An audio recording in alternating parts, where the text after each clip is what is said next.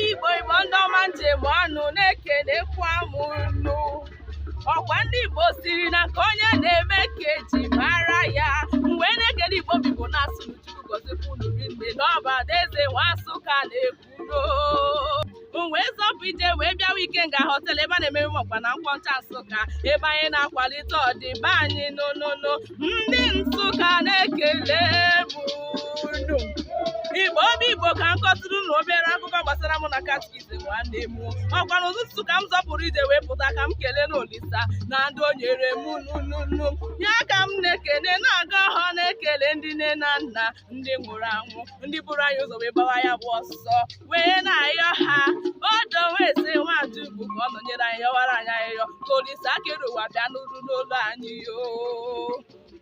Wee na-ekwu ya na-ekwusi ike na-asị ndị nna nna m ndị buru m ụzọ wee gawa, ha nọnyere anyị n'ụkwụ ama mkpọ n'anyị ma onye chiere anyị echiche ọjọọ nkata kwuo onu ya na ụmụnne m, ọkwa ya ka mụ na-eme o.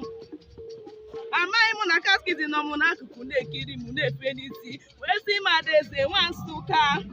Ntụgharịa wee lee Catchiest anya sị ya nna m ị nọ m nso, ngwa bịa sonyenu na ya bụ Igo Hondo. Catchiest wee fe n'isi wee sị m huu na m amara na ihe m na-eme bụ ịgọ mmụọ. M wee ji obere achị wee jụọ Catchiest ọ bụ na Chukwu abụrọzi mmụọ ọ bụ mụ fewezie mmadụ. Ọ sị mụ na ọ bụrụ ya ka ya na-ekwunu na mụ na-aga arụsị. M wee sị Catchiest arụsị bụ gịnị nụ? Ọ bụ ndị nna nna m nwụrụ anwụ mụ na-ekpejere ka ị na-akpa arụsị? Catchiest wee sị m mbanụ na ọ bụ ịgọ mmụọ ka mụ na-emenu. O wee sị m ka ya gwata m ọkwa mụ na-asị ya ka onye metere ka o ji ala mmụọ ma onye chere m echiche ọjọọ nkata kwuo ya. M wee sị Catchiest ya ga-edenu m ntị n'onunu na ọ bịara igbu m ga-egbukwa n'onwe ya maka na o nweghị na onye m chọrọ okwu. Catchiest nwanne m wee sị m bịa soro ya ka anyị gawa n'ụlọ nsọ n'ọba ebe ahụ ka ihe niile na-emezu ndị gara eluigwe ndị Chukwu duru n'obi. Nwanne mmadụ wee soro Catchiest wee gawa n'ụlọ nsọ ka anyị na-aganụ Catchiest na-ekwuru m okwu Chukwu na-ege ya so okike. Anyị eruo n'ụlọ ụka ụmụnne m wee soro Catchiest nwanne m wee nọrọ ala ka m gwatụnụ na ihe ya bụ okwu pụtara ụmụnne m. Catchiest nwanne m wee bido ekpere na-ekpe. Ihe ọzọ m nụrụ bụ St. Mark yọbara anyị ayịyọ, St. Peter yọbara anyị ayịyọ wee tie ewu chi m. Wee sị Catchiest St. Peter ọ bụ onye ole? Ọ sị m na ọ bụ onye buru ha ụzọ wee gbawa ya bụ ọsọ okwukwe ndị nwụrụ anwụ. Wee sị Catchiest nwanne m onye ọcha nwụrụ anwụ bụ onye nsọ ma nna m na nna m nwụrụ anwụ bụ onye iberibe ndị a ga-echefu nunu. Wee sị Catchiest na-ekwere ọmụ ya chachanụ.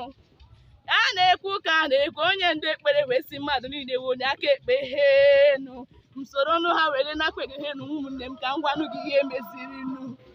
Ihe ọzọ m nụrụ bụ Holy Ghost fire back to center.